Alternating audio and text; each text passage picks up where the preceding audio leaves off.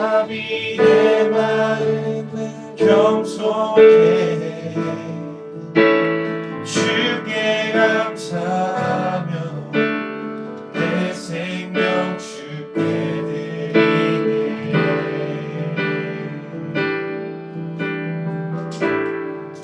이 시간 우리의 죄를 위해 죽으시고 부활하신 주님을 고백하면서 함께 기도하기 원합니다. 주님, 우리가 감사드립니다. 우리 위하여 대신 십자가에 못 박히신 그리스도 예수를 우리가 높여드리며 찬양합니다. 오직 우리가 예배하는 가운데 존귀하신 주님의 이름만이, 그 십자가만이 우리의 예배 가운데, 우리의 마음 가운데, 삶 가운데 심겨질 것을 고백하면서 우리 함께 기도하며 나아갑시다. 예, 주님 감사합니다. 우리의 죄를 위해 아버지 하나님 부탁하신 그 주님의 은혜를 우리가 기억합니다. 아버지 하나님, 우리의 주님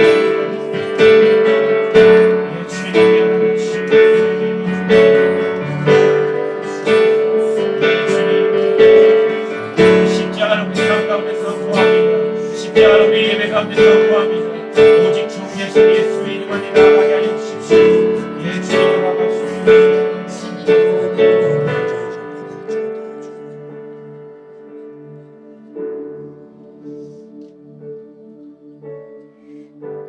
주님 감사합니다. 그 주님의 무한하신 사랑과 그 아버지 하나님의 희생을 우리가 오늘 기억합니다. 아버지 하나님, 그 부활의 은혜, 부활의 능력 우리의 삶 가운데 더욱더 강력하게 임할 것을 선포합니다. 아버지 하나님, 그 예수님의 능력과 그 희생의 힘이 우리의 교회 가운데, 우리의 일터와 삶 가운데 더욱더 강력해지고 더욱더 확장되고 이루어질 것을 선포합니다. 감사합니다. 주님, 이 모든 말씀 예수 그리스도 이름으로 기도하였습니다. 네, 아멘. 우리 주님께, 부활하신 주님께 우리 감사의 박수 드리겠습니다. 네, 우리 좀 믿음으로 한번 선포하기를 원합니다. 그분의 임재가 모든 것을 변화시킨다. 임재가 모든 것을 변화시킨다. 한 번만 더 고백하기를 원합니다. 그분의 임재가 모든 것을 변화시킨다. 그분의 임재가 모든 것을 변화시킨다. 네, 오늘은 저희 비추는교회 처음 드리는 이제 부활절 예배입니다. 한 2주 전부터 계속 이날만을 이렇게 준비했던 것 같아요. 뭐 성찬식도 저도 처음 해보는 거고. 오늘 좀 어떤 말씀을 나눌까 이렇게 고민하다가 2주 전부터 예수님의 죽음과 부활에 대해서 우리가 좀 깊이 좀 이렇게 묵상해 봤으면 좋겠다라는 마음이 좀 들었습니다. 그래서 어떻게 보면 뭐 지금 모든 시리즈가 그렇지만 아주 기독교의 기본이 되는 하나님의 진리의 말씀들을 우리가 좀 살펴보길 원하고, 이러한 기독교의 기본을 이루는 핵심 진리들을 다룰 때는 늘 말하는 것처럼 이 진리가 우리의 마음 깊은 곳까지 연결이 되어서 우리의 생활 방식과 삶을 변화시키는 자리까지 나아가는 것을 우리가 이렇게 생각하시면서 이 말씀들을 좀 살펴보았으면 좋겠습니다. 네, 마태복음 28장 6절입니다. 잘못 써놨네요. 같이 읽겠습니다. 시작. 그가 여기 계시지 않고 그 말씀하신 대로 살아나셨느니라. 제가 첫 번째로 우리가 좀 나누고 싶은 것들, 또 아마 이런 질문들은 아마 믿지 않는 여러분의 아마 동료들이나 사람들에게도 이렇게 그들이 가질 수 있는 기본적인 생각인 것 같아요. 예수님은 왜 죽으셔야 했는가? 부활절은 우리가 아는 것처럼 기독교에 있어서 가장 중요한 절기입니다. 예수님의 부활은요, 그 기독교의 교회의 탄생을 알리는 시작이었고, 예수님의 탄생과 그 죽음이, 그 고난이 완성되는 장소가 바로 부활의 장소였어요. 예수님을 통한 구원은 십자가를 통해 시작되었고요, 부활을 통해 완성되었습니다. 제가 한번 질문해보고 싶어요. 그러면 이토록 중요한 예수님의 부활을 오늘 여러분은 어떻게 받아들이고 있는가? 어쩌면 너무나 오랜 세월 교회 문화 안에 자라면서 귀에 못이 박히도록 들어온 터라 그분의 부활이 사실은 어떠한 감흥이나, 제가 계속 집중하고 싶은 부분은 이 부활이 우리의 삶의 변화를 주지 못하는 상투적인 개념으로 자리 잡고 있는 건 아닌가? 오늘 말씀을 통해서 그 질문하고 그 진리 안으로 우리의 마음을 연결하기를 원합니다. 첫째 계명 때 나아만 때로 잠깐 나누긴 했지만요, 용서는 저절로 이루어지지 않기 때문이에요. 우리가 그분의 부활의 참된 의미를 이해하려면요, 먼저 그분의 죽음을 깊이 이해해야 됩니다. 그분이 왜 죽으셔야 했으며 그분이 무엇을 위해 죽으셨는지를 우리가 이해할 때야 그제서야 부활의 참된 의미를 우리가 더욱 깊이 발견할 수 있기 때문이에요. 사실 여기 모이신 분들은 예수님이 십자가에 죽으신 덕분에 우리의 모든 죄가 용서받았다라는 사실을 너무나 당연하게 여기죠. 그런데 여기에 몇 가지 질문이 생겨나요. 예수님은 꼭 그렇게 잔인하게 죽으셔야만 했는가? 하나님은 사랑의 하나님인데 그냥 용서해 주실 수는 없었나? 사실 예수님의 이야기를 우리 믿는 자리에서 조금만 한 발 걸음 이렇게 물러나서 보면은요, 마치 고대의 신들이 그 신의 노여움을 달래기 위해서 사람을 제물로 바치려고 했던 어떤 이방 신들의 모습과도 비슷해 보여요. 그래서 안 믿는 사람들이 그렇게 꼭 죽여야 돼? 예수를 그렇게 잔인하게 죽여야 돼? 사실 우리도 이런 질문들 안에서 여러분이 성경적인 답을 할 수 있을 정도로 정리가 되어져 있어야 된다는 거예요. 여러분을 통해서 여러분이 만나는 사람들이 십자가를 알고 부활을 경험하는 일들이 이렇게 있기를 예수님을 축복합니다.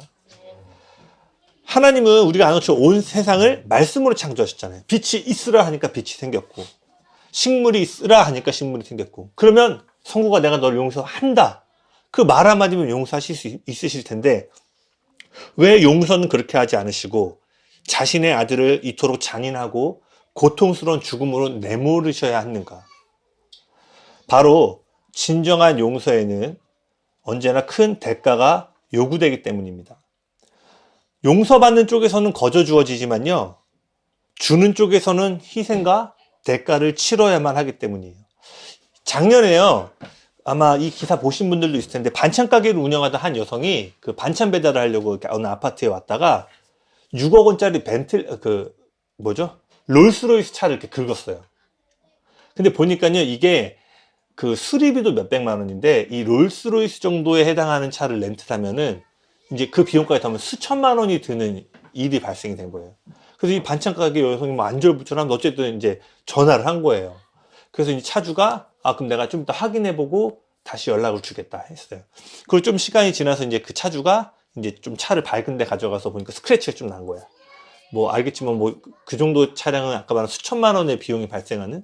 근데 그 차주가 딱 그 반찬 가게 사장한테 전화를 해서 이거 전화 줘서 고맙다. 근데 이거 그냥 내가 알아서 경비를 처리하겠다. 라고 얘기를 해요. 이게 바로 누구였냐면 김민중이었어요. 연예인 김민중. 그래서 이게 그 커뮤니티에 글이 올라가면서 갑자기 각종 매체에서 막 그 미담으로 막 이게 이야기가 돌기 시작한 거야. 김민중이 한 선처에 그 기사를 접한 사람들이 감동을 받고 많은 사람들이 이야기를 이렇게 한동안 이렇게 미담으로 이야기하기 시작했어요. 여러분, 이처럼요, 문제가 발생했을 때 이 문제를 없애기 위해서는요, 기본적으로 두 가지 방법이 있습니다. 첫 번째는 뭐예요? 상대방으로 하여금 배상하게 하는 거예요. 그 반찬 가게 주인이 수천만 원을 들여면 이 스크래치 난 문제가 없던 일이 될 수 있는 거예요. 그 두 번째는 뭐죠? 김민종이 했던 것처럼 상대에게 비용을 요구하지 않고 용서해 주는 것입니다. 이 경우에는요, 용서해 준 쪽이 원상복구에 필요한 모든 비용을 부담해야 돼요. 뭐 여담이지만 이게 너무 알려져서 롤스로이스에서 사실은 김민종 그 차값을 우리가 무료로 해주겠다 해가지고 또 이렇게 처리되는 일들이 있었습니다. 왜냐면요, 용서를 했다고 해서 잘못의 대가가 사라지는 것은 아니기 때문이에요. 앞서 나눈 이야기가 왜 아름다운 이야기가 되고 왜 많은 사람들이 감동을 받을까요? 우리 모두는 사실 알고 있는 거예요. 용서가 거저 이루어지는 것이 아님을 알고 있기 때문이에요. 어떤 선택을 하든요, 잘못의 대가는 사라지지 않고 누군가는 손해를 떠안아야 된다는 것입니다. 상대방이 되었건 내가 되었건 누군가는 대가를 치러야 용서가 이루어지고 잘못이 바로잡히게 된다는 거예요. 여러분, 저를 따라 고백해 보시겠어요? 진정한 용서가 이루어지기 위해서는 반드시 희생이 따른다. 그래서 피해가 크면 클수록요, 가해자를 그냥 용서할 수 있는 사람은 없어요. 용서는 오직 피해를 당한 사람이 고통이라는 대가를 치를 때만 이루어질 수 있습니다. 아마 여러분 인생에도 뭐 자잘자잘하게 뭐 피해를 주면 뭐 용서해 주지만 여러분의 영혼이나 여러분의 삶에 큰 피해를 준 사람은요, 쉽사리 용서가 되지 않죠. 저도 그런 경험들이 있습니다. 그래서 여러분, 여기를 한번 읽어볼까요? 시작. 용서란 잘못을 저지른 이에게 대가를 치르게 하는 대신 그 대가를 자신이 떠안고 상대가 새롭게 달라지기를 기대하며 사랑을 베푸는 것이다. 아멘이십니까? 제가 아마 주기도문에서 이 용서에 대한 걸 깊이 다룰 거예요. 우리 영혼 깊은 곳에 진정한 용서가 풀어져야지만 그분의 능력이 우리 안에 흘러갈 수 있기 때문이에요. 우리가 지은 죄에 대해 누군가는 반드시 대가를 치러야만 없던 일이 될 수 있다는 것. 근데 앞서 언급한 어떤 경제적인 대가는 비교도 되지 않는 대가를 치러야 됐어요. 우리의 죄는. 뭐 1,000만 원 누가 배상한 이런 경제적인 개념이 아니라 우리 죄는요. 어마어마한 그것과 비교할 수 없는 희생을 우리가 치르든 상대방이 치르든 누군가가 치러야만 했다는 거예요. 그리고 우리가 아는 것처럼 성경 말씀에는 죄는 오직 피 흘림을 통해서만 용서를 받을 수 있습니다. 그래서 구약에 보면 모든 이야기가 뭐예요? 끊임없는 희생제사, 동물의 피를 잡는 이야기들이 계속 나오죠. 그러나 우리가 아는 것처럼 구약의 이러한 동물의 피의 제사는 뭐예요? 일시적이었어요. 우리 쪽에서 어떻게든 대가를 치러보려고 하지만요, 끊임없이 우리 안에 해결되지 않는 죄 문제로 인해서 대속죄일이 지나고 다음 해가 되면 또 어마어마한 죄를 지고 나오니까 또 동물을 잡고, 사실 그 사이에 동물 계속을 잡죠. 심판을 유보할 뿐이지 이 문제가 없던 일이 결코 되지 않는다는 거예요. 그래서 우리가 구약의 사고방식에 살잖아요. 우리도 모르게 계속해서 아까 그때도 말했지만 칭의, 내가 노력을 해서 오늘날 동물의 제사는 드리지 않지만 내가 헌금을 잘해서 내가 기도 말씀 잘해서 나름대로 오늘날의 동물의 제사를 드려서 계속 심판을 유보하려고 하는 신의 형태가 될 수 있다는 거예요. 근데 이렇게 되면 어떻게 된다고요? 우리가 절대 그 값을 치를 수 없기 때문에 계속 반복되는 일들이 일어나게 된다는 것입니다. 여러분 어떠세요? 동의하세요? 죄로 인해서 하나님이 우리를 심판하지 않고 용서할 수 있는 유일한 길은요, 그분이 우리의 빚을 대신 갚아주시는 것이었어요. 그래서 그분은 우리를 대신하여 스스로 십자가 위에서 물과 피를 다 쏟으시고 고개를 숙이신 것입니다. 그렇다면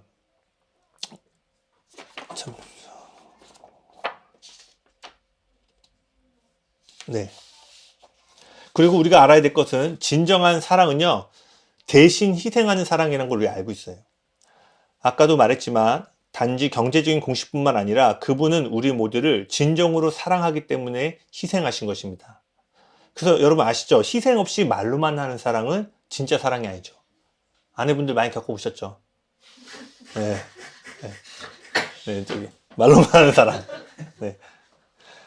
예를 들어 아무 부족함이 없는 사람하고 시간을 보낼 때는요, 대가가 들지 않아요.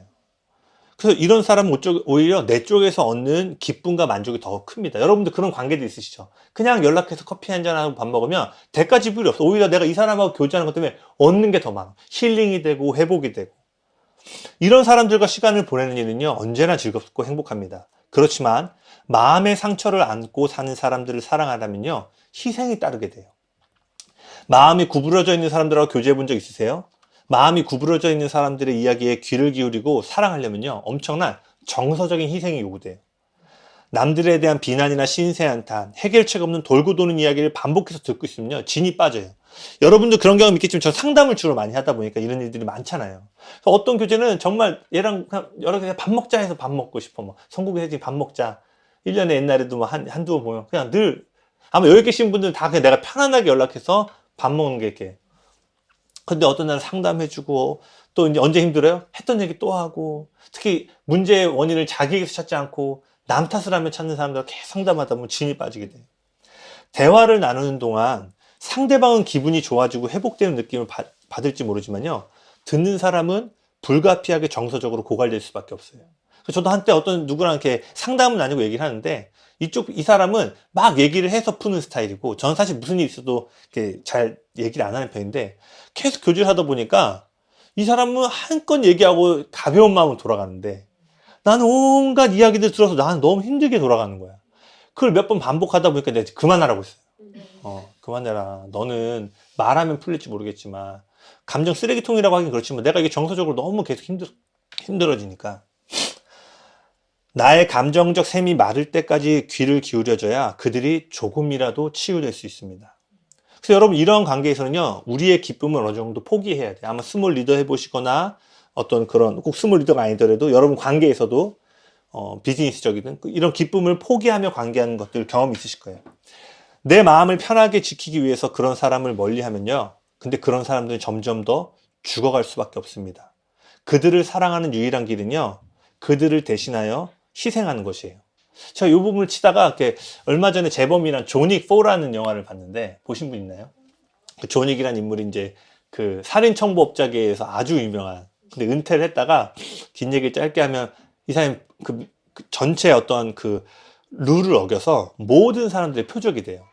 근데 이때 이 존윅이 나라마다 이제 그 청부업자 하는 그런 호텔들이 있는데 친구들한테 전화를 한 거예요.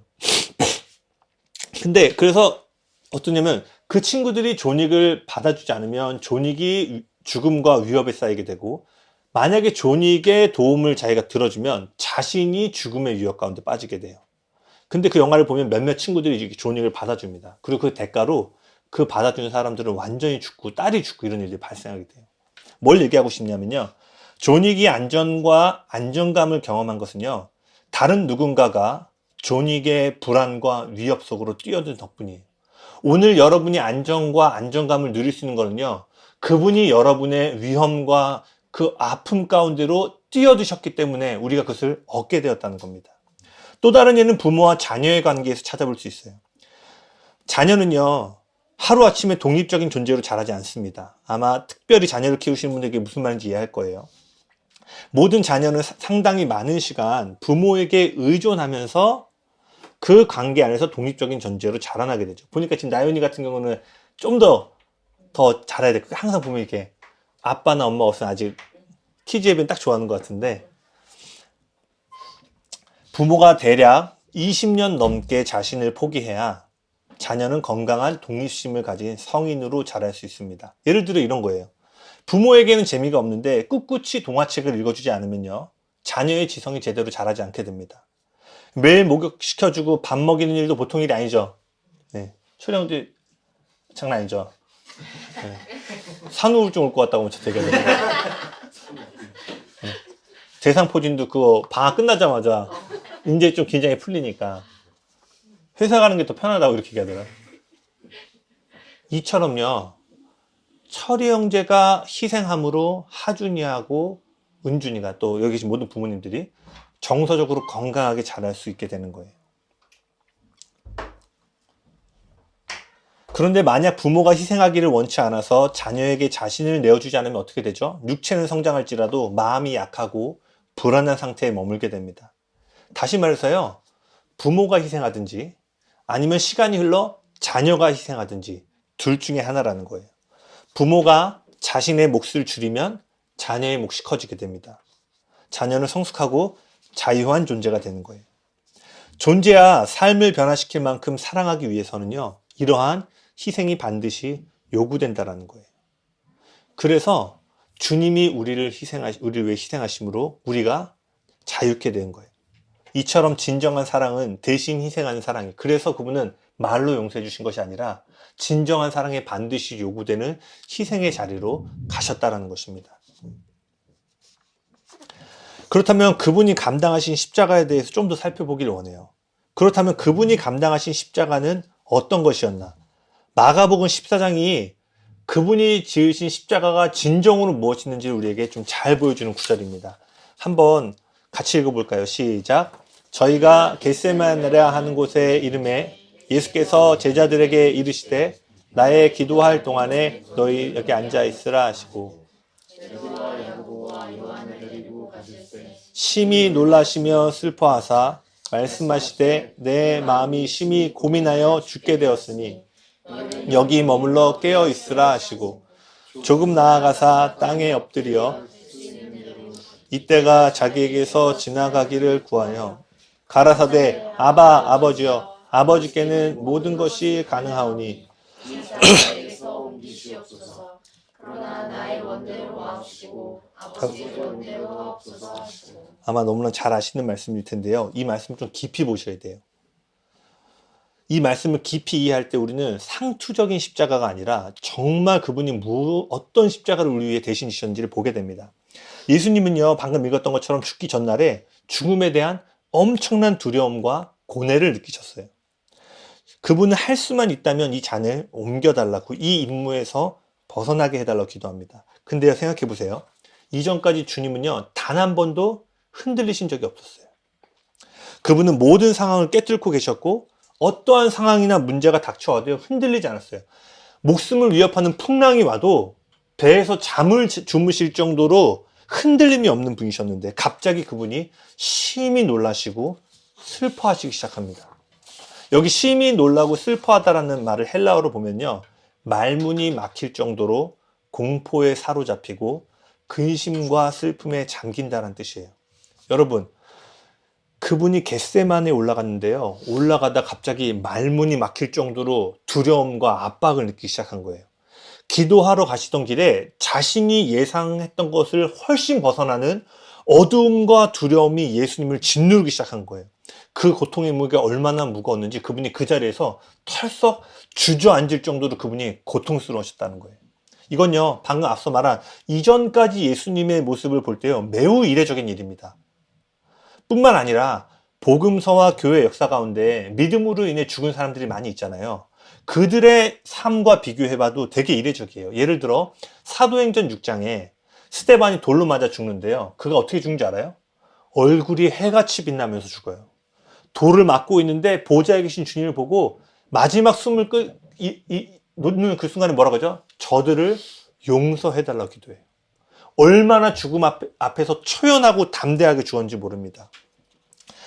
그리고 교회 역사 보면은요, 초기 기독교의 서머나교의 폴리캅이라는 인물이 있어요. 아주 유명한 인물인데 이 사람이 마지막에 이제 로마가 1세기 그 300년에 로마의 국교가 되기 전까지 교회가 어마어마한 핍박을 받았잖아요.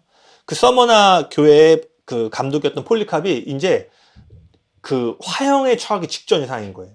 그 로마 장군이 너가 한 번만 예수를 부인하고 교회를 저주한다면 내가 너를 이 죽음에서 사면시켜 줄 거다라고 얘기를 해요. 그때 폴리캅이 뭐라고 하냐면 이렇게 고백합니다. 나는 평생 동안 그분의 종이었고 우리 주님은 한 번도 나를 모른다 하지 않으셨는데 내가 어찌 나를 구원해 주신 우리 주님을 모른다 할 수 있겠는가? 당신은 잠시 붙었다가 꺼져버리는 불로 나를 위협하지만 영원한 형벌의 불을 알지 못하느냐? 주님이 나에게 이 화형을 견딜 힘을 주실 것이다. 왜 망설이는가? 어서 당신이 원하는 대로 해라. 그러면서요, 그 나무에 달려서 화형으로 자기 목숨을 잃습니다. 이뿐인가요? 수많은 사람들이 콜로세움에서요, 사자에게 먹히고 갈갈이 찢기는 순간에도 그들은 찬송을 멈추지 않았어요. 화형을 당하면서도요, 그들이 손을 들고 주님께 기도하며 죽었어요. 그런데 예수님은 이들과 조금 다르게 죽음에 반응하셨다라는 거예요. 여러분이 깊이 묵상해 보셨어요? 그분께 너무나 당연한 일이어서 우리가 넘기진 않았나요? 그분은 우리를 위해 원래 죽으시러 오셨기 때문에 그분이 심히 슬퍼하고 고통스러웠던 이 대목들을 너무나 나이스하게 넘기지 않았을까 질문해 보게 됩니다. 쉽게 말해서요, 예수님의 제자들이 예수님보다 지금 더 멋지게 죽은 거예요. 그쵸? 심히 두려워하고 놀라지 않았잖아요. 그분은 공포와 두려움 앞에서 어떻게든 죽음을 피하고 싶어 하셨다는 거예요. 이유가 무엇일까요? 답은요, 예수님은요, 다른 순교자들과 전혀 다른 죽음을 겪으셨기 때문이에요. 이러한 죽음을 직면한 사람은요, 역사상 예수님 말고는 아무도 없었던 것입니다. 예수님은 기도 가운데 이 잔을 내게 옮겨달라고 했잖아요. 마태, 마가, 누가가 다 이 기도의 핵심을 이 잔에다가 두고 있습니다. 근데 이 잔을요, 보면은요, 일반적인 죽음이 아니라 사법적인, 법적인 죽음을 의미합니다. 그래서 구약의 말씀을 보면은요, 에스겔 23장 32절, 34절인데 한번 읽어볼까요? 내 형의 잔을 내가 마시고 비소와 조롱을 당하리라. 내가 놀람과 패망의 잔에 넘치게 취하고 내 유방을 꼬집을 것은. 지금 예수님께서 받는 잔은요, 놀람과 패망의 잔입니다. 저주의 잔이에요. 이사야 51장 읽어볼까요? 시작. 보라, 내가 비틀거름치게 하는 자, 곧 나의 분노의 큰 잔을. 지금 보시면 예수님께서 받는 이 진노와 분노의 잔에 대해서 이야기하고 있습니다. 예수님은 단지 육체적인 고통과 죽음만이 아니라요, 온 인류의 악과 죄에 대한 하나님의 진노를 받으셔야만 했던 거예요. 이것은요, 우리가 감히 상상할 수 없는 고통입니다. 그리고 무엇보다 이 예수님의 이 즉 예수님의 이 사법적인 심판으로 인해서 예수님을 가장 고통스럽게 만들었던 게 뭐냐면요. 바로 하나님 아버지와의 단절이었어요. 여러분, 지금 우리는 성인이 되어서 누가 돌봐주지 않아도 어려움을 느끼지 않는 독립심을 갖고 있잖아요.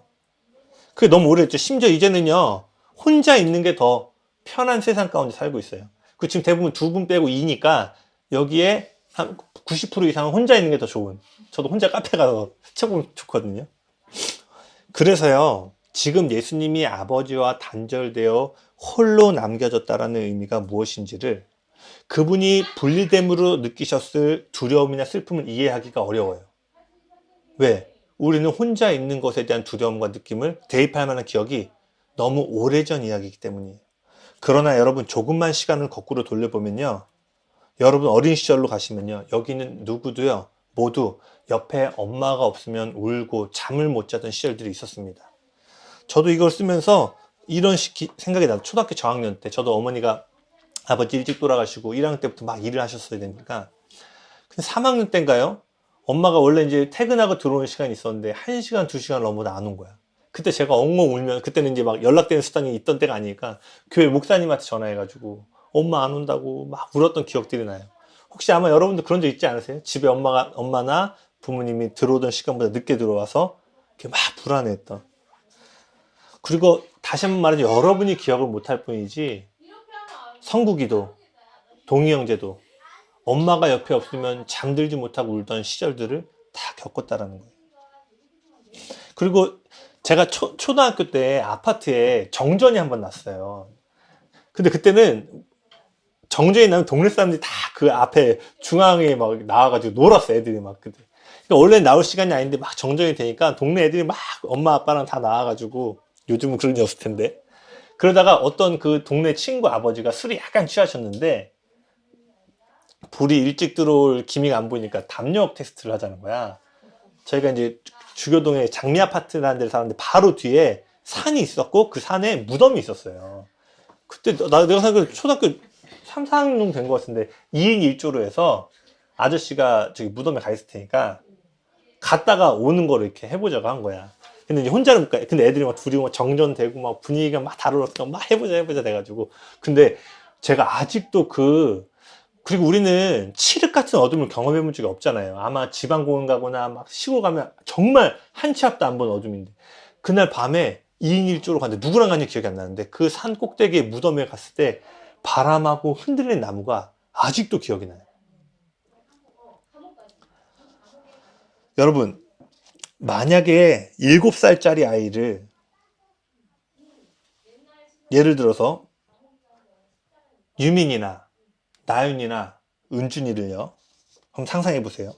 늦은 밤속 깊은 곳에 공동묘지에 혼자 던져놓고 왔다고 생각해 보세요. 그 아이가 어떻게 될 것 같으세요? 칠흑 같은 어둠 속에 아마 나윤이 아마 자지러지듯이 울며 두려움에 빠질 거예요. 근데 누군가 손을 내밀지도 않고 날이 밝도록 그 아이를 그곳에 두면 애가 어떻게 됐을까요? 아마 평생을 고통 가운데 살아가는 트라우마를 겪었을지도 모르겠어요. 생각해 보세요. 예수님은 지금 이것과 비교가 되지 않는 칠흑 같은 어둠 속으로 혼자 던져졌다는 거예요. 여러분 아마 은준이 거기 공동묘지 어떻게 될 것 같아요? 저도 유민이를 거기 뭐 상상이 안 가. 도와주는 이 없이 밤새 걔 아마 정신병 걸지도 모를 거예요. 근데 이것과 비교되지 않는 하나님 아버지와의 단절로 인해서 그분은 수월과 같은 깊은 곳에 내려가셨다라는 거예요. 단순히 부모님이 늦게 들어와서 느꼈을 우리가 눈물과 불안감과 비교할 수 없는 차원의 어마어마한 두려움 가운데 그분이 떨어지셨다는 거예요. 여러분, 마음을 나눈 친구의 사랑과 관심을 잃으면요, 마음이 괴로울 거예요. 아마 여기 계신 부모님들, 자녀를 잃는다면 그 고통과 상실감은 말할 수 없을 거예요. 반대로 우리도 자녀죠. 아마 현영이도 어머니를 많이, 제가 볼 때 5년, 10년 지나면 10년? 정말 이제 장래 일정들도 제 나이 또래가 많이 생기지 않을까 싶어요. 아마 우리의 부모님을 잃게 된다면 우리의 마음은 괴로울 거예요. 또 여기 계신 사랑하는 배우자를 만약 잃게 된다면 엄청난 슬픔과 상실감이 몰려올 거예요. 저도 보면 이렇게 자식이 부모보다 먼저 가는 것만큼 불효가 없다고 그러잖아요. 특별히 교통사고나 이런 거 어린애들 먼저 죽은 거 보면 막 가슴이 메이더라고요. 그 부모가 어떻게 살까? 말하고 싶은 거는요, 사랑의 관계가 오래되고 깊고 친밀할수록요, 그 관계의 단절이 주는 고통은 더 크다라는 거예요. 제가 앞서 말한 부모와 자식 간의 사랑, 부부 간의 관계의 단절은요, 그 슬픔은요, 바다 앞에 이슬 한 방울에 지나지 않는 거예요. 예수님이 겪으신 단절은요, 이 바다 전체를 잃어버린 것 같은 고통 가운데 들어가신 거예요. 지금 여기서 우리가 제가 유민이를 잃었어. 그럼 제가 얼마나 상실감이 크겠어요. 근데 이것은 바다의 한 방울이라는 거예요. 예수님은 영원 전부터 그분하고 온전히 하나가 되었기 때문에 이 단절은요, 그 모든 바닷물이 없어지는 것과 같은 고통과 슬픔 가운데 들어가는 일이었다라는 거예요. 여러분, 그분이 겪으신 단절은요, 단지 사랑을 잃었을 뿐만 아니라 진노까지 받으셔야 됐다라는 거예요. 여러분, 왜 그분이 그토록 괴로워하셨는지 아시겠어요? 예수님의 죽음이요, 다른 어떤 인간의 죽음과는 전혀 달랐기 때문이에요. 빌 레인이라는 사람이 이런 얘기를 합니다. 예수님은 배반당하시기 전에 아버지와 함께 있으려고 그곳에 갔는데, 겟세마네, 그곳에 갔는데 천국 대신 지옥이 열린 탓에 비틀거리셨다. 그 마지막 전날 밤 어떻게든 그 아버지와의 마지막 숨결을 느끼려고 겟세마네를 오르셨는데 그곳에 천국이 아닌 지옥이 열리기 시작한 그 잔의 향기를 맡으신 거예요. 그러니까 어떻게 돼요? 견딜 수 없는 비틀거림 가운데 어떻게든 이 잔을 피하고 싶다라고 얘기하는 거예요. 예수님이 십자가에서 담당하신 죄의 형벌은 본래 우리의 몫이었어요. 하나님의 율법에 불순종한 것은 우리인데 예수님이 대신 형벌을 받으셨습니다. 그분이 우리의 몫의 형벌을 당하시고 우리는 그분 몫의 상을 받게 된 거예요. 주님은 우리를 위해 이러한 상상할 수 없는 단절과 고통의 자리로 나아가셨습니다. 그런데 더 놀라운 건 뭐냐면요, 주님은 왜냐 아직 십자가에 달리지 않았고 그 아직 깊은 소울에 내려가지 않으셨잖아요. 근데 이미 모든 것을 알고도 주님께서 순종하셨다는 거예요. 이게 뭐냐면 여러분 치과 가보셨죠? 신경치료를 받기 전에 저희도 보니까 내가 처음에 치과 갈 때는 개념이 없으니까 한번 갔는데 저기 웃음가스 했지만 이제 신경치료 한번 했거든요. 그 다음부터는 얘가 안 가려고 그러고, 아시죠? 그 어린 치과 가면 자지러지는 소리가 막 여기저기서 막 나오고 치과 대상을 무엇이든 막연히 머리로 아는 것과 존재로 아는 건 다른데 치과 가는 걸 머리로 아는 거랑 실제 내가 거기 누워서 저도 이빨이 한 절반 정도 깨진 적이 있었거든요. 오다리 먹다가. 근데 그걸 빨리 갔어야 되는데 너무 시간을 지체했다. 거기 물건도 너무 시린 거예요. 근데 갔더니 진짜 저기 뭐야, 이 뽑아서 하든 아니면은 요만큼 신경이 남아서 치료가 될지 안 될지 못할 정도로 충치가 많이 들어간 거예요. 그때가 제 인생에 신경치료 중에 정말 마취 주사를 놨는데도 막 온몸이, 그 기억이 있다 보니까 저는 신경치료 받으러 간다 하면은요, 아시죠? 막 이 고통이 어떻게 될지 막 몰라가지고 내가 머리로 치과를 하는 것과 신경치료를 당해서 다음에, 그래서 아마 우리 애들한테 치과 가기 전에 그 고통을 미리 맛보게 해준다면요, 치과 망합니다. 아무도 안 갈 거예요. 저도 교정할 때 생리 다 뽑았는데 물론 아프진 않았지만 그 가기 전까지 내가 그런 두려움들, 예수님은요 지금 그 치과를 들어가기 전에 모든 고통을 지금 맛보기 시작한 거예요. 그럼에도 그분은 모든 것을 알고도 우리를 사랑하심으로 그 십자가에 가셨다는 거예요. 그리고 그 예수님의 십자가가 또 다른 차이는 뭐냐면요, 폴리카비든 스테반이든 모든 사람은 죽으면 하나님께로 더 가까이 갔거든요. 근데 예수님은 죽음으로 하나님부터 더 멀어지는 죽음이었다는 거예요. 아버지께서 이렇게 말씀하신 셈입니다. 예수님에게 그 겟세마네에서 이렇게 얘기하는 거예요. 여기 네가 마실 잔이 있다. 제자들 데려온다 다 자빠져 자고 있잖아요.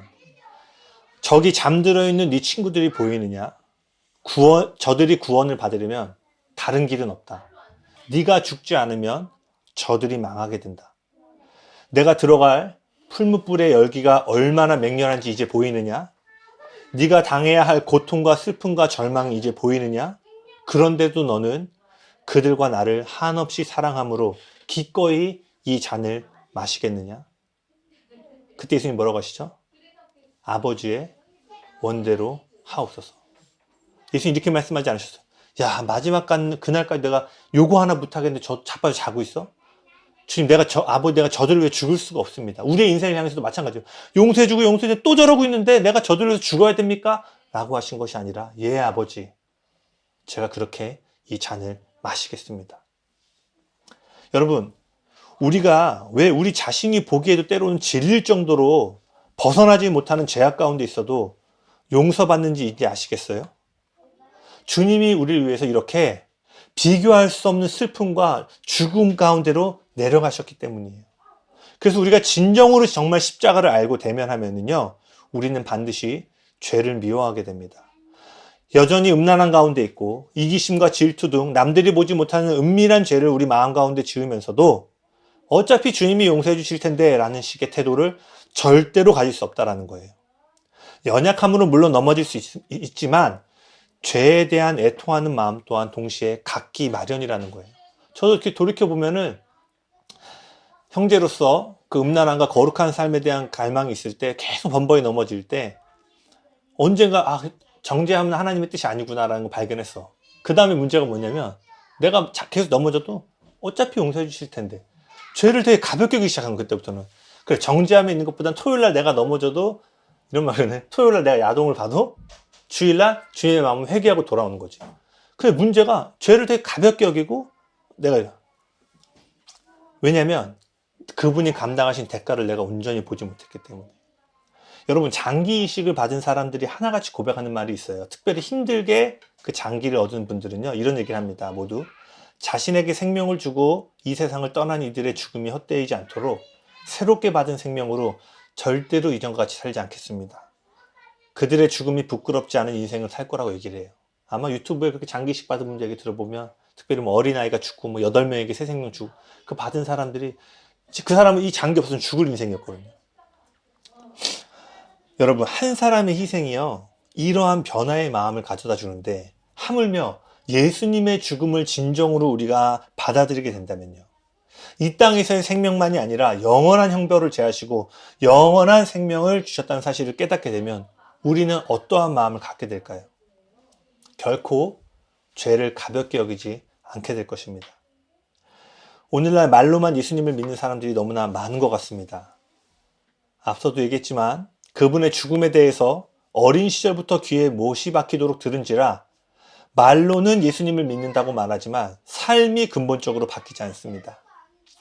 여러분, 이러한 일이 생긴 거는요, 계속 강조하고 있지만 여러분이 더 기도하지 않아서, 말씀 보지 않아서, 교회 사역에 한 걸음 물러서서 적극적으로 참여하지 않아서가 아니에요. 물론 이런 것들이 포함될 수 있습니다. 그러나 근본적인 이유는 뭔지 아세요? 애초에 여러분이 예수님을 제대로 바라보지 못한 탓인 거예요. 진정으로 삶이 변화되는 하나님과의 만남을 경험하기 원하세요? 내가 교회를 몇십 년 다녔는과 상관없이 다시 한번 십자가 앞에 온전히 서서 날 위해 죽으신 예수님의 십자가가 무엇인지, 그분이 부활하심과 승천이 무엇인지를 마음 깊이 깊이 곱씹고 곱씹어서 묵상해야 된다는 거예요. 아멘이십니까?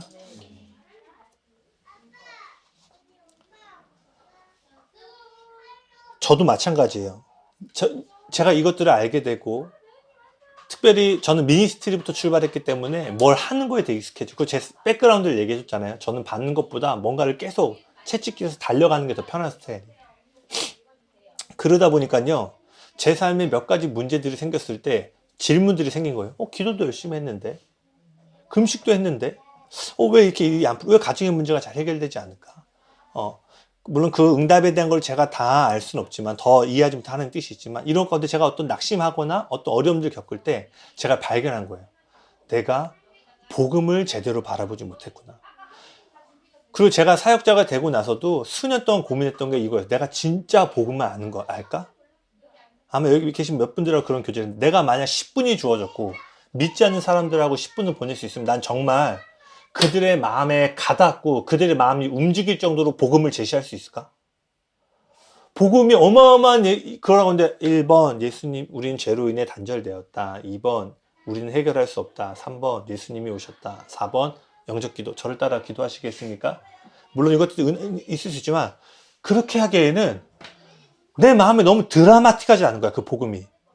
지성과 법칙으로는 설명할 수 있지만 내 삶을 적셔서 흘러넘칠 정도, 그래서 누가 봐도 복음을 믿고 싶다라고 할 만큼의 복음을 전달할 수 있을까가 사역을 하고 10년이 지난 그때에도 질문하게 된 거예요.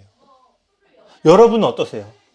여러분이 만약 10분이 주어졌고 그분의 죽으심과 그분의 부활을 설명할 때 상대방이 모두가 그러지 않겠지만 정말로 그 로맨스 가운데 들어가고 싶은 마음으로 야 성구가 나도 예수님 믿고 싶어, 철이야 나도 그 예수님 한번 믿어볼게 라는 복음 제시를 할 수 있는지 우리가 깊이 질문해 봐야 된다고 믿습니다.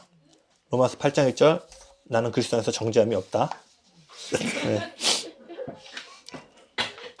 예수님의 죽음은 가장 위대한 사랑의 행위일 뿐 아니라 가장 이렇게 넘어가네요. 위대한 순종의 행위였습니다. 여러분, 태초에 하나님 아담과 하와에게 나무에 대한 명령을 주셨죠. 뭐였죠? 이 나무에 대한 내 말에 순종하라. 그리하면 너희가 복을 받게 될 것이다. 그러나 그들은 불순종했고 저주를 받게 됐죠. 그리고 이제 둘째 아담이신 예수님께서 동일하게 나무에 대한 명령을 받으십니다. 십자가도 나무로 만든 거였잖아요. 근데 되게 다른 점은 뭔지 아세요? 예수님에게 하나님이 말씀하십니다. 사랑하는 아들아, 이 나무에 대한 내 말에 순종하라. 그러면 너는 죽고 저주를 받게 될 것이다. 이 나무에 대한 내 말에 네가 충성하고 순종하면 나는 너를 버리고 네 영혼을 지옥으로 보낼 것이다. 예수님은요, 순종의 결과로 저주를 받은 처음이자 마지막 사람이셨어요. 모든 사람은 순종하면 복을 받습니다. 맞나요? 내 때와 내 기대대로 안 될 수 있지만 순종하면 복을 받아요. 근데 처음이자 마지막으로 예수님만이 순종했는데 이루 말할 수 없는 저주 가운데 내려가셨다는 거예요. 예수님은 죽음을 통해서 아버지와 가장 멀어지게 된 유일한 사람이셨습니다. 그리고 주님께서 십자가 위에서 숨을 거두시기 직전 이렇게 말씀하시죠. 나의 하나님, 나의 하나님, 어찌하여 나를 버리셨습니까? 부르짖고 숨을 거두세요. 예수님이 하나님께 드린 기도 중에요, 아버지를 부르지 않은 유일한 기도입니다. 그분이 하늘 아버지와의 관계를 포기한 덕분에 오늘 우리가 하나님과 아버지와 자녀가 되는 관계를 맺게 된 거예요. 그분이 십자가에서 잊혀진 덕분에 우리가 영원히 기억될 수 있는 거예요. 그분은 모든 것을 다 기억하시는데 죄를 기억하지 않으시거든요. 왜냐하면 예수님이 죄 가운데 잊혀졌기 때문이에요. 결론입니다. 이제 겉만 한번 쳐주세요. 드디어 이제 사흘이 지나고 영광의 아침에 그분이 부활하십니다. 그분이 죽으시고 3일째 되는 날 아침 그분이 부활하셨어요. 아마 이 부활은요, 제가 좀 더 깊이 나눌게요. 역시 이 부활이라는 주제도요, 여러분의 삶을 변화시킬 만큼의 마음을 적시는 진리 가운데 내려오셔야 돼요. 지금 시간 관계상 부활을 조금 이렇게 말씀 구절들을 좀 넘어가 보겠습니다. 그래서 여러분 꼭 설교 다시 보시고 구절들 묵상해 보시길 바랍니다. 우리는 원수의 나라에서 그분의 나라로 옮겨졌어요. 이거 골로새서 1장 13절인데 제가 이사야로 써놨네요. 다시 같이 읽겠습니다. 시작. 그가 우리를 흑암의 권세에서 건져내사 그의 사랑의 아들로, 우리는 그분의 부활로 인해서 원수의 나라에서 그분의 나라로 옮겨졌습니다. 다시 말해 그동안 우리를 지배하던 모든 것들로부터 우리가 해방된 거예요.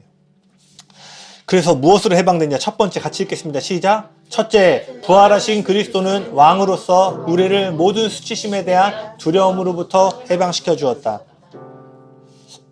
로마서 8장 1절에 우리가 성국에 이번 주에 선포했죠. 예수 그리스도 안에 있는 자에게는 결코 정죄함이 없나니. 십자가에서 우리의 모든 죄값을 다 치르시고 예수님 부활하심으로 이제 완전한 치유를 가져다 주셨어요. 예수님이 이제 부활을 통해 내가 지불한 것이 충분하다. 이제 네가 더 이상 값을 치를 필요가 없다라고 이야기하셨어요. 그래서 로마서 8장 1절에 우리에게 정죄하며 이것이 우리 자신이 진절머리 나도록 연약한 가운데 있음에도 불구하고 용서받는 이유라는 거예요. 할렐루야. 네. 둘째입니다.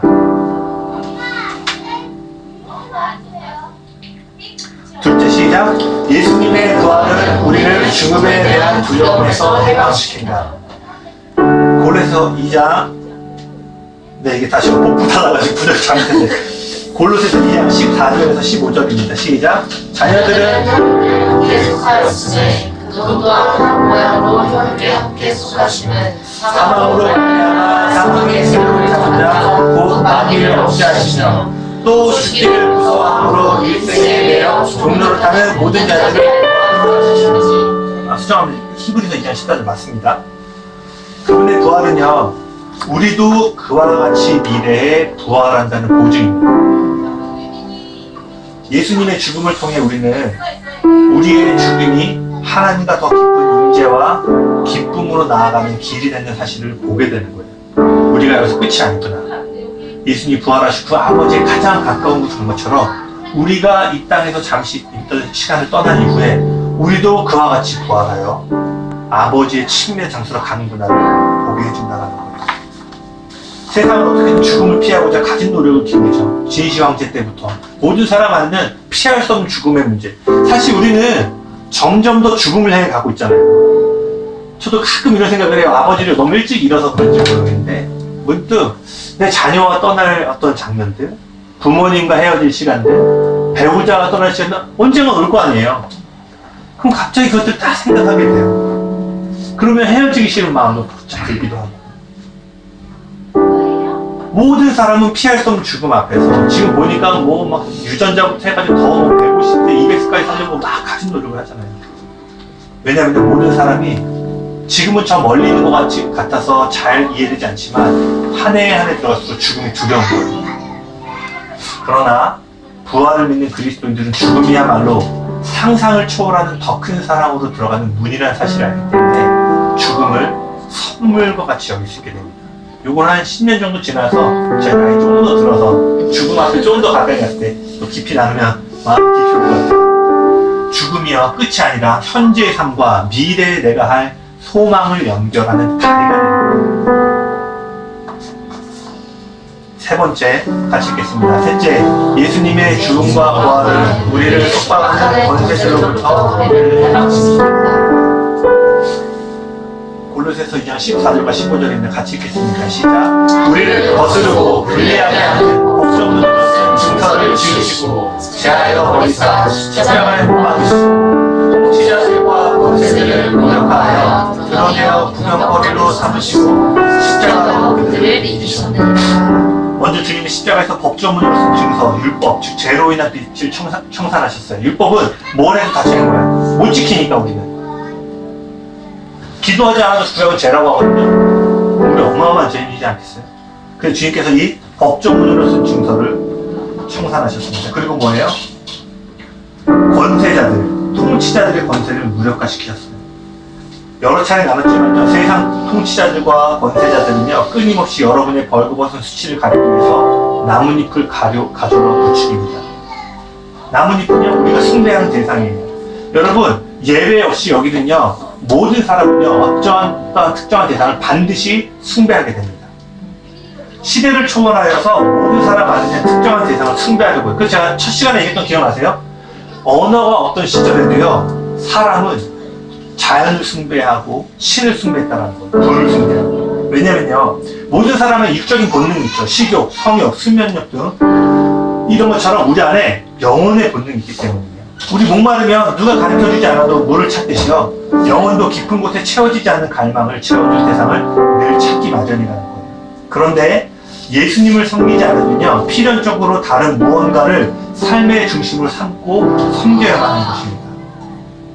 하나님과 단절된 인생은 이 원수의 지배 아래서 갖가지 나뭇잎을 숭배함으로 자신의 수치를 가리고 정체성을 발견하는 거예요. 우리 또한 그 나뭇잎을 보고 사람들을 평가하죠.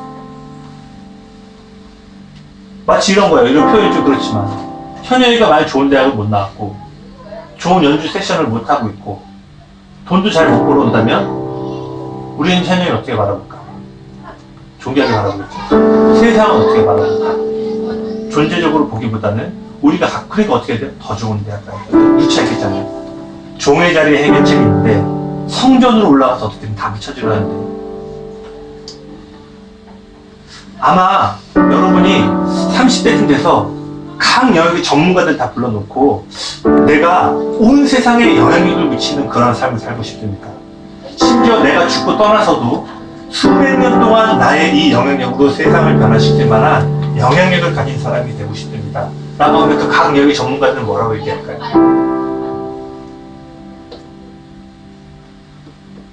그렇다면 예수님은 뭐라고 하실까요? 예수님이 그런 삶을 사시잖아요.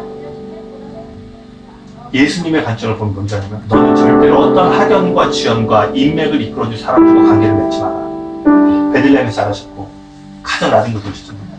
그리고 너는 30살 중에 모자를 내라. 오늘날의 성공의 모습과 너무 다르지 않아요? 원수는 그래서 끊임없이 이 나뭇잎으로 우리를 지배합니다.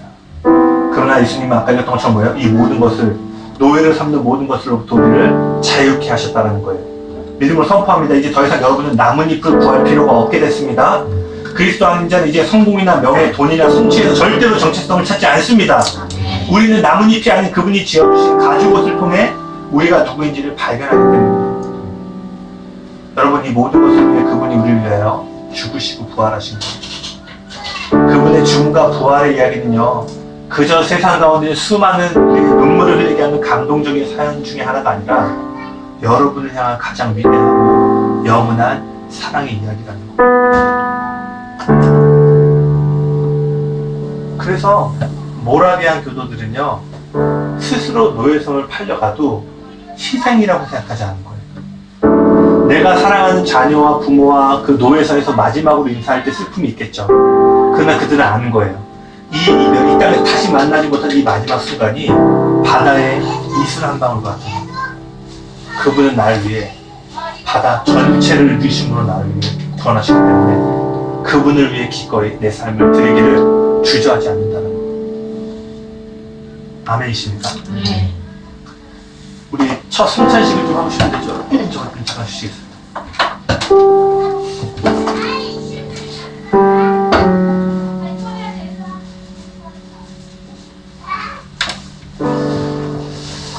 너무 많은 성찬식을 하셨을 텐데요. 우리가 아는 것처럼 이 성찬식 때 주님께서 빵을 드시고 이걸 찢으셨죠. 이게 뭐냐면 우리를 위해 그분의 몸을 찢으신 거죠.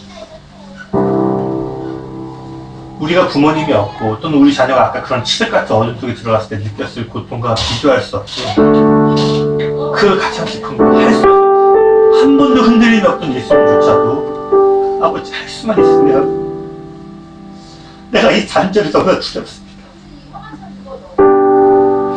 영원이라는 시간 동안 아버지의 품에 있던 아들이 이제 그분을 떠나서 칠흑 같은 어둠에 혼자 버려지고 버려질 뿐만 아니고 뭐예요? 진노를 당하는 거예요. 매를 맞는 거예요. 그래서 주님께서 마지막 만찬에서 이 떡을 떼시면서 이것이 나의 몸이니 너희는 이것을 먹을 때마다 내가 너희를 위하여 칠흑 같은 어둠 속에 내려가 너희를 위해 희생한 이 사랑을 기억하라.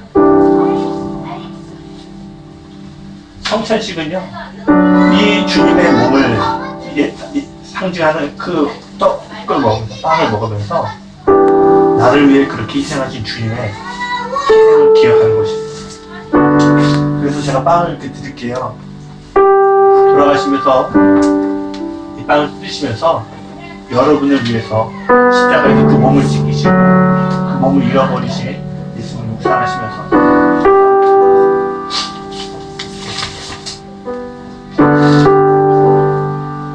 축사하시고 떼어 이르시되 이것은 너희를 위하는 내 몸이니 이것을 행하여 나를 기념하라.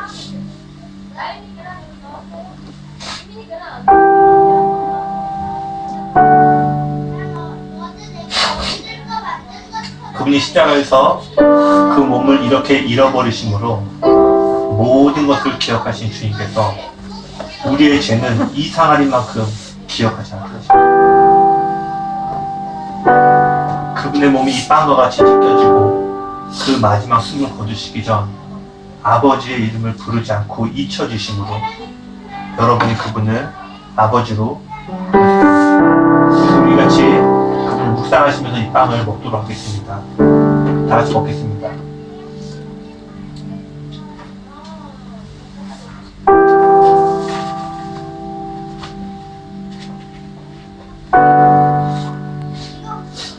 여러분 씹으시면서 주님 감사의 고백 드리시겠어요? 주님 감사합니다. 이 세상에 없는 유일한 사랑으로 나를 위해 십자가에 달려주셔서 감사합니다.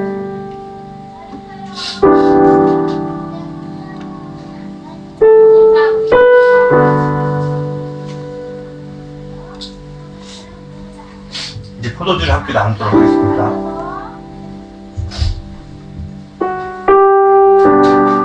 주님은 이 물과 피를 다 쏟으심으로 영원한 주님의 사랑의 바다로 우리 가운데 이끄셨습니다. 겟세마네에서요 주님의 핏방울이 떨어졌어요. 근데 그것은요 우리를 향한 놀라운 아버지의 사랑이 홍수와 같이 넘침으로 동산의 피가 뿌려진 거예요. 여러분 이 주님에 뿌려진 그 한 방울, 주님께는 진노의 잔이 뿌려졌지만 그 모든 것은 사랑의 홍수로 임함이었고 동산에 그분의 피방울 떨어질 때 온 세상을 구원하는 길이 열리게 된 것입니다. 그래서 우리 주의 이 포도주를 좀 나누시면 되시겠습니다.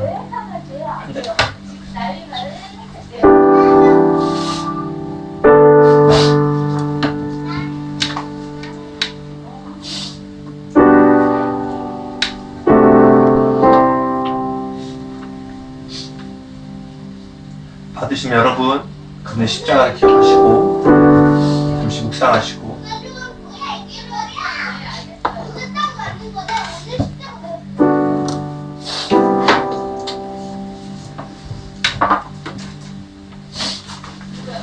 식후에 또 그와 같이 잔을 가지시고 이르시되 이 잔은 내 피로 세운 새 언약이니 이것을 행하여 마실 때마다 나를 기념하라 하셨으니 너희가 이 떡을 먹으며 이 잔을 마실 때마다 주의 죽으심을 그가 오실 때까지 전하는 것이라.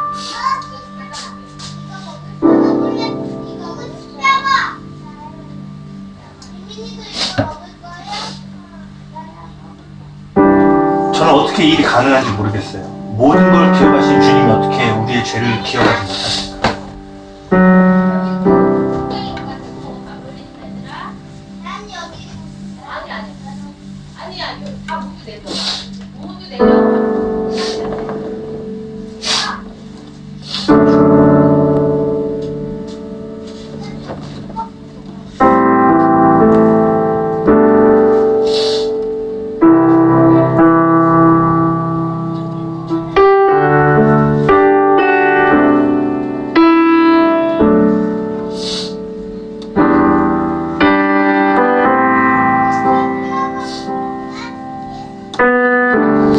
잔을 드시고 그 예수님의 보혈을 기억하면서 주 앞에 좀 기도하며 나갑시다.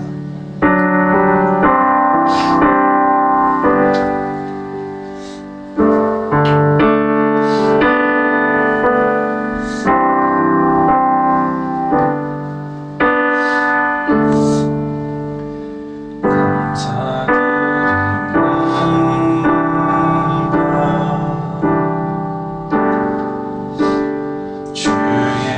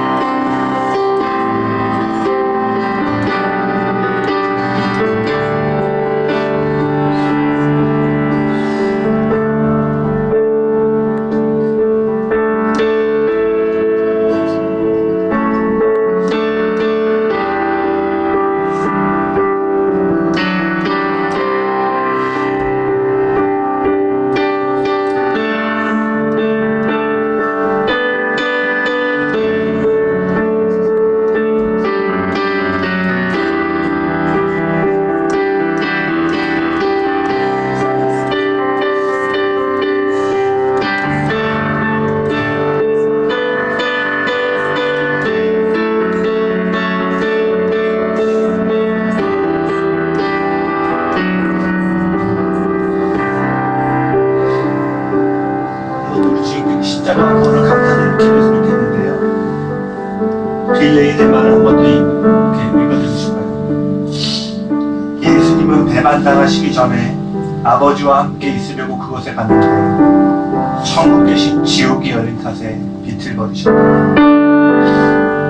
그분이 비틀거리심으로 날마다 비틀거리는 우리 인생길이 곱게 되었습니다.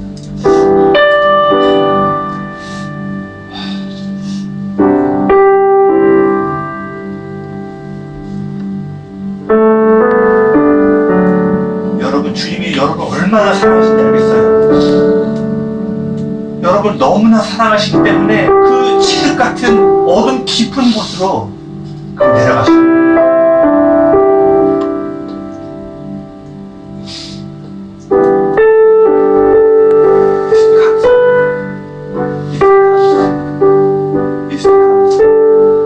여러분요, 기독교는 날마다 이 십자가 사랑 앞에 적는 거예요. 갚을 길이 없는 그분의 사랑 앞에 날마다 적시셔야 됩니다.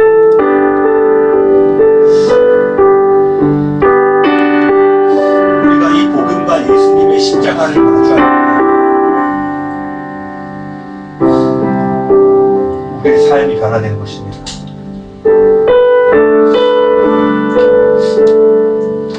우리 한 1분 동안 기도하시다 계속 기도하셨을 때 주님 너무 감사합니다. 우리 주님의 죽으심뿐만 아니라 부활하신 주님을 찬양합니다.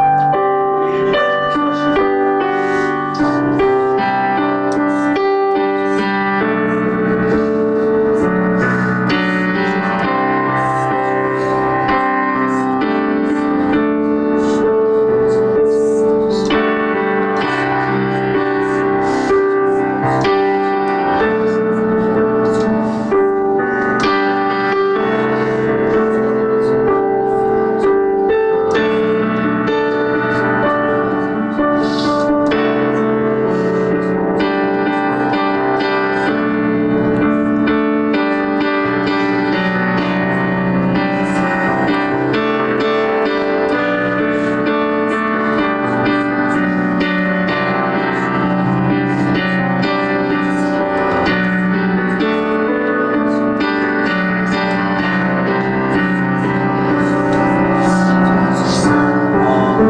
마지막으로 한 가지만 기도하고 마치려 하는데 잠시 눈을 뜨셔줬습니다. 제 믿음의 영웅에 대한 이야기를 하나만 짧게 해드리고 기도하고 마쳤으면 좋겠어요. 아마 예배팀 하시는 분들 너무 많이 들으셨던 이야기일 수 있는데 제가 아주 제 마음 가운데 믿음의 영웅으로 삼는 몇 명의 인물인데 그 중에 하나가 영국에 선교사했던 윌리엄 보든이라는 사람이 있습니다. 그 사람이 19살 되어서 그 대학교 가기 1년 시간이 있어서 가정교사와 세계 일주를 하게 됩니다. 그리고 그 윌리엄 보든의 가정이요 어마어마한 재력가 집안이어가지고 이후에 학교 들어갔을 때도요 그가 누가 이 사람과 결혼을 하는가 마치 현대가 자녀가 이렇게 대학 갔을 때 하는 것처럼 어마어마한. 근데 이제 대학을 가기 1년을 남겨두고 가정교사 이제 세계 일주를 도는데 돌다가 그런 아시아 지역들을 방문을 했는데 하나님이 아닌 귀신을 섬기면서 너무나 가난하게 사는 것들을 보게 되면서 윌리엄 보든이 거기에 대한 예수님을 소식을 들어보지도 못한 그 민족들을 가르치면서 그 마음 안에 선교사가 되겠다는 결심을 하게 됩니다. 그래서 그가 뭐라고 적냐면 그 성경책에 남김없이 드리리라고 자신의 성경책을 드려요. 즉 그 1년의 시간 동안 자신의 삶을 주님께 온전히 드리기를 결정합니다. 그리고 그 대학에 가고 아주 유명한 명문대학 갔죠. 대학을 하다가 어느 날 이제 선교단체에서 선교를 나갈 기회가 되어서 윌리엄 보든이 이제 선교를 나가게 됩니다. 근데 이때 이 배를 타고 선교지로 가던 중에 제가 기억하기로는 정확하게 모르겠는데 원래는 중국을 가려고 했는데 지금처럼 교통이 발달된 시절이 아니다 보니까 배를 타고 다른 지역에 잠시 거쳐야 됐어요. 근데 배를 타고 가는 도중에 정보가 하나 오게 됩니다. 아버지가 급히 위독하셔서 돌아갈 것 같으니 네가 어서 돌아와서 우리 집의 가업을 이어받아 라고 그래요. 근데 그때 그가 복음을 전하는 일에 자기가 물러설 수 없다라고 하면서 가지 않기로 결정하고 성경책에 한 문장을 더 적습니다. 돌아서지 않으리라고 써요. 그 성경책에는 남김없이 들리리 그리고 돌아서지 않으라는 문장이 있어요. 그리고 이제 선교를 떠났는데요. 잠시 원래 가려고 했던 지역이 아니라 잠시 거쳐려고 머물렀던 그곳에서 풍토병에 걸려서 선교지의 땅을 밟아보지도 못하고 죽게 됩니다. 그리고 그가 죽은 뒤에 그의 모든 유품이 이제 배로 실려서 다시 영국으로 오는 거예요. 신문에서는 역시 와러 웨이스트, 이런 낭비가 어딨냐, 이런 젊은 사람 이렇게 허망하게, 이 사람 차라리 가업을 이어받아서 경제활동에서 더 많이 기독교에 헌신했을 거고, 많은 사람들이 이 청년의 헛된 죽음을 낭비라고 여겼어요. 그래서 그 유품이 딱 왔는데 그 성경책에 한 문장이 더 적혀 있었던 거예요. 근데 두 문장은 아주 정갈하게 써져 있는 거에 반해서 마지막 한 문장은 매우 떨리는 글씨로 써 있었어요. 그래서 많은 사람들이 윌리엄 보든이 아마 그 풍토병 가운데 죽음 가운데 아마 적은 문장일 거다라고 추측했어요. 근데 거기 뭐라고 적혀 있냐면 후회하지 않으리. 세상은 다 낭비라고 얘기하고, 성교적으로 봐도 내가 가려고 했던 계획이 하나도 이루어지지 않은 거잖아. 사역도 제대로 되지 않은 거고, 그 아무도 모르는 타지 땅에서 질병의 고통 가운데 숨이 넘어가고 목숨을 잃어가는 그때 그가 적은 말은 뭐냐면, 나를 위해 베푸신 주님의 사랑을 비춰볼 때 이러한 헌신도 후회함이 없다라고 적은 거예요. 저는 여기 계신 분 한 분 한 분이요, 5년 뒤 10년 뒤에 이런 삶을 사시길 정말 갈망해요. 어제도 기도하고 하면서 하나님, 좋은 설교 들어오는 거, 이 교회에 뭐 설교 잘하는 사람 있다, 좋은 예배 팀 있다가 아니라 5년 뒤 10년 뒤에 모두가 자신의 성경책에 또는 세상을 떠날 때 후회하지 않으리라고 적으며 떠날 수 있길 바랍니다. 여러분, 저는 이 얘기를 늘 많이 묵상해요. 아마 이제 지영이 거의 이제 외울 정도로 들었을 텐데. 그만큼 헌신하세요가 아니에요. 윌리엄 보드는 십자가에 계신 예수님이 어떠한 걸 보았길래 모두가 외면하고 망했다라고 하는 그때에도 나는 후회함이 없다라고 담대하게 적어낼 수 있었어요. 더 헌신하세요, 목숨까지 재정 다 쏟아내세요가 아니라 그러한 견딜 수 없는, 내 전부를 들이지 않고는 견딜 수 없는 사랑으로 내가 나아가길 원합니다. 그렇게 뭐예요? 십자가 앞에 나아갑니다. 여러분, 그런 삶 살기 원하세요? 전도사님이 뭐 하라니까 하고, 교회에서 프로젝트 같아서 기도해야 되니까 그것도 해야 돼요? 동기가 근데 뭐 몰아쳐서 하는 게 아니라, 심지어 이래야지 전도사님 기도해야 될 것 같은데요? 성국이가 어느 와서 전도사님 담임 이렇게 해서 너무 널널하게 하시는 것 같은데요? 40분 음식기도 한번 해야 될 것 같은데요? 왜 그래? 견딜 수가 없어요. 그 주님을 생각하면 진짜 견딜 수가 없어요. 아멘. 전 이런 교회가 됐으면 좋겠습니다. 그래서 마지막으로 한번 기도할 때, 주님, 오늘 저를 향해 전부를 주신 예수님을 바라보는데 남은 인생 저도 그렇게 주님께 드리기 원합니다.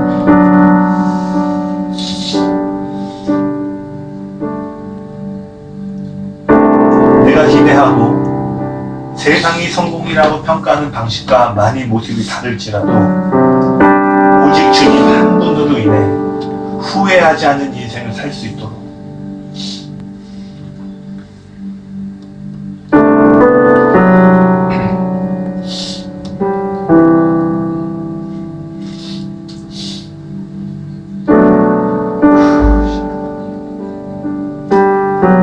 그렇지, 우리 모두가 이 땅의 삶을 마감하고 주님 앞에 섰을 때 잘하였도다, 착하고 충성된 말하고 우리 한번 마지막 1분만 이렇게 기도하기 원합니다. 주님, 정말 전부를 드리기 원합니다. 그러나 마음은 언제든지 신념할까요? 아직 이 길을 잘 모릅니다. 그래서 지금 가르쳐 주십시오. 이제 정말 주님께서 나를 위해 하신 일이 무엇인지 더 깊이 말하고 선명하게 내 마음이 저미도록 예수님이 행하신 일을 바라보고 인하여서 전부를 드리지 않고는 견딜 수 없는 인생을 나에게 인도하여 주셨다. 주님, 종교를 원하지 않습니다. 이들의 교회가 되게 원치 않습니다. 나의 전 삶을 주님이 드리지 않고는 견딜 수 없는 주님과의 사랑에 관계하여 나를 인도하여 주셔서 우리 마지막으로 기도를 하겠습니다.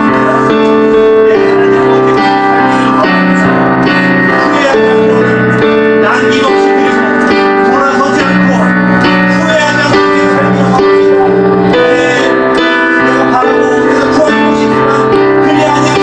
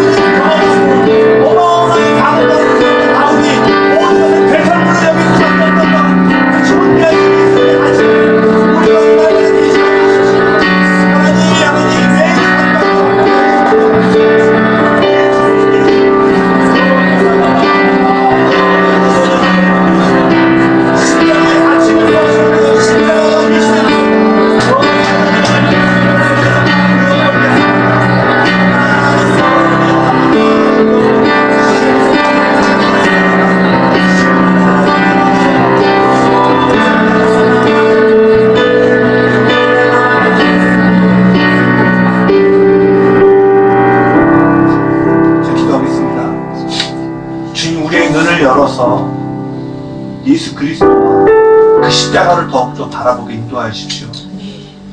요한이 그분들 보자마자 보라 세상 죄를 짊어지고 가는 어린 양이라 보면서 그 존귀하신 어린 양을 우리의 눈을 열어 보게 하여 주십시오. 최고의 가문에서 최고의 학문에서 당대의 모든 것들을 두루 갖췄던 바울이 십자가와 예수님이 죽으신 것 외에는 배설물 똥으로밖에 여길 수밖에 없던 그 존귀한 가치를 우리가 보게 하여 주십시오.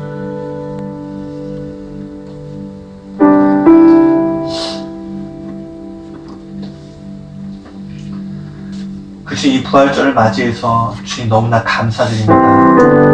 다른 모든 종교는 우리에게 충고를 하는데 일천번제를 드리고 제사를 지내고 굿을 치르고 무언가를 끊임없이 함으로 구원을 이루라고 말씀하시는데 주님은 그렇지 아니하시고 그분이 친히 내려오셔서 우리가 해야 될 모든 것들을 친히 감당해 주시니 감사합니다. 그래서 우리로 하여금 무언가를 하기 전에 그저 눈을 들어 나의 십자가를 바라보라 라고 말씀하셔서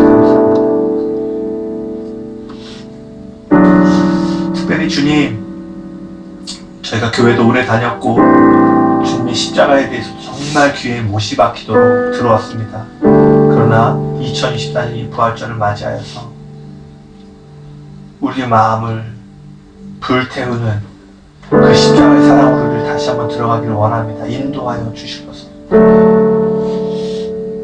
그래서 오늘 전하는 자가 강이 다 담을 수 없는 그 십자가의 사랑과 아름다움들 각자가 돌아가서 주님과 교제하고 묵상하고 나아갈 때 이 전하는 자의 우둔한 무대에 다 보내지 못했던 예수님의 그 위대한 사랑과 승리들 계시하여 주시옵소서.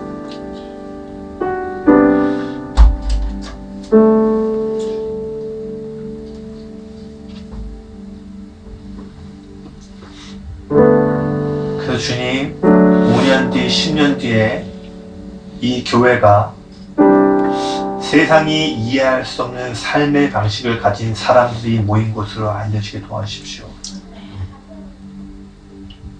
말씀 잘 전하는 사람이 있다더라, 좋은 예배팀이 있다더라 해서 사람들이 오는 것만이 아니라 모두가 너무나도 그러한 삶을 살고 있어서 마치 초대교회 때 세상이 제자들을 향해 그리스도를 닮은 자들이라고 말했던 것처럼 믿지 않는 자들이 우리를 향하여 그리스도를 닮은 자들이 모인 곳이라 말할 수 있는 교회가 될 수 있도록 날마다 우리의 마음 가운데 주님의 처소가 지어질지어다. 감사합니다 주님. 그렇게 우리가 남김없이 돌아서지 않고 후회함 없는 인생을 반드시 살게 될 것입니다. 주님, 우리 각 사람의 인생을 그렇게 인도하실 것입니다.